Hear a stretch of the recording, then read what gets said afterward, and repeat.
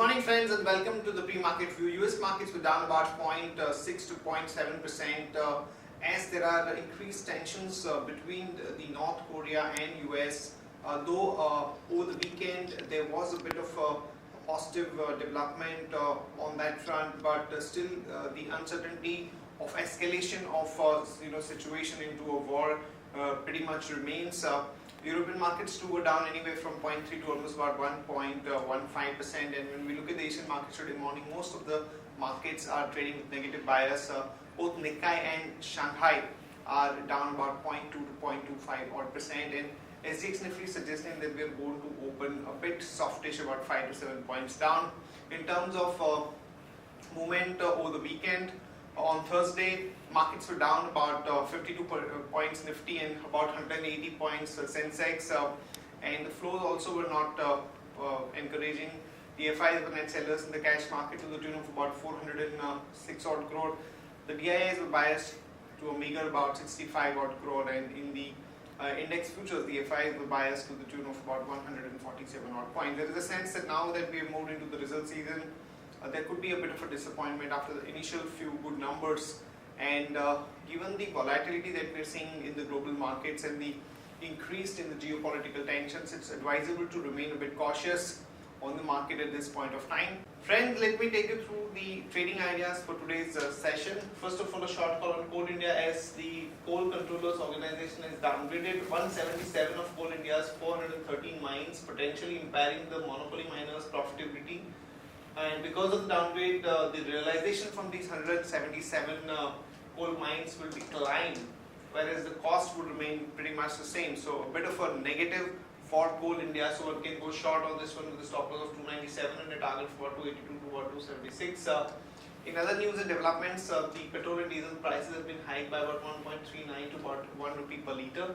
Government extends import of duty-free raw sugar till June 30th.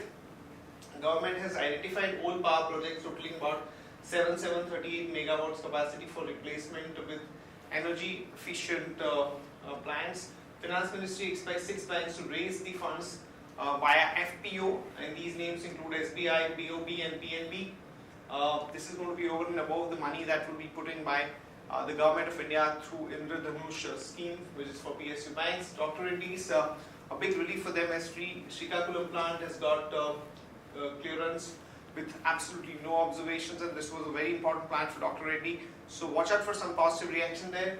Sources on Sun Pharma say that US FDA have conducted inspection at Dadra plant with no major observations. The number of observations are about 11 or 12, but nothing with respect to data integrity or something which is serious in nature. RBI allows Grasim to raise foreign investors shareholding to 49%. Goa government is mulling ban on the entry of locals in casinos, which will they are also looking at relocating the casino vessels from River Mandovi to another location. So Delta Corp has seen negative reaction because of these developments. The merger with BSNL is desirable for strong pan-India play as per the MTNL CMD. Ericsson Bharti Infratel bags Smart City deal for Bhopal City to deploy about 400 smart poles with Wi-Fi service.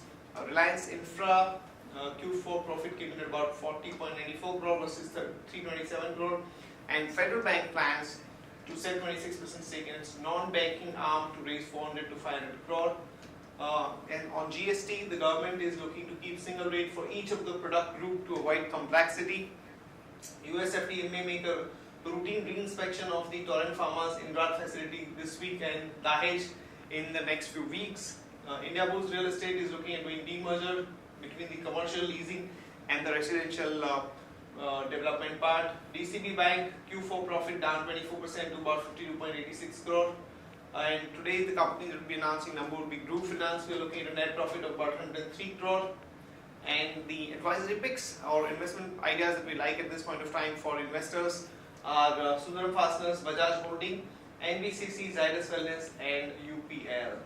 That's it from all of us, friends. Have a good trading session and see you tomorrow at the same time.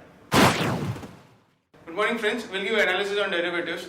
In Thursday's trading session, taking cues from the international markets, our market did started on a flattish to negative note, and thereon we did saw some kind of an selling pressure throughout the day as it was the last trading session of the week, since we have been heading towards the long weekends, and due to which market showed some kind of an selling pressure, as market participants not wanted to take any kind of an risk for the long weekend, and hence shown some kind of an profit booking in terms of long unwinding pressure was seen at higher levels, due to which Nifty closed on a negative note with a loss of 0.44%, settling at 9182.25.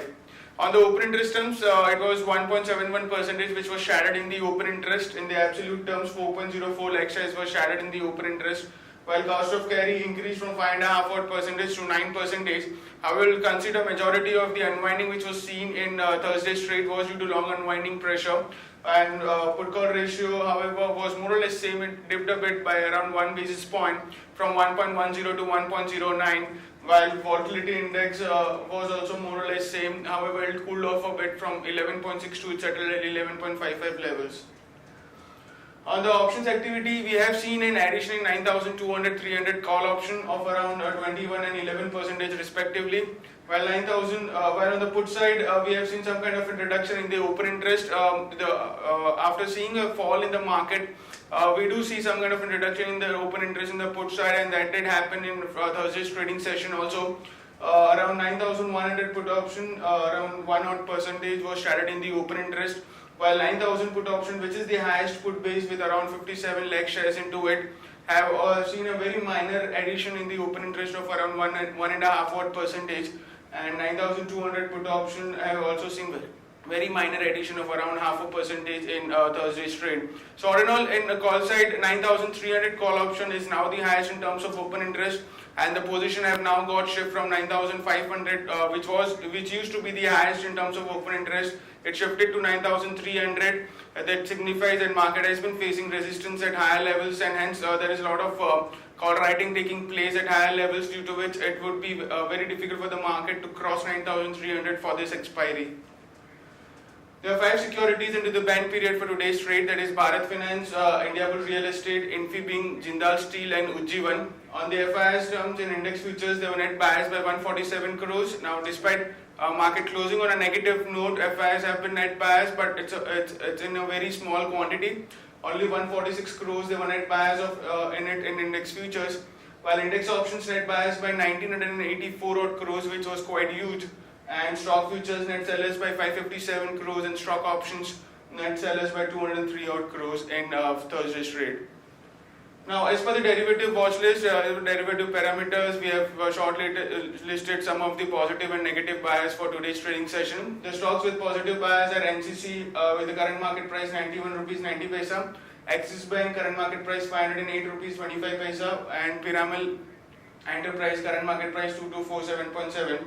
While stock with negative bias are Infosys, after being showing very disappointing result, has seen in short positions in Thursday's trade. Current market price 936 rupees 30 paisa, Adani Ports current market price 322 rupees, and Hindalco current market price 183.75. On the market level of 5 days, we have stands at 9218 with the lower range at 9100 and higher range at 9218 is a VWAP level.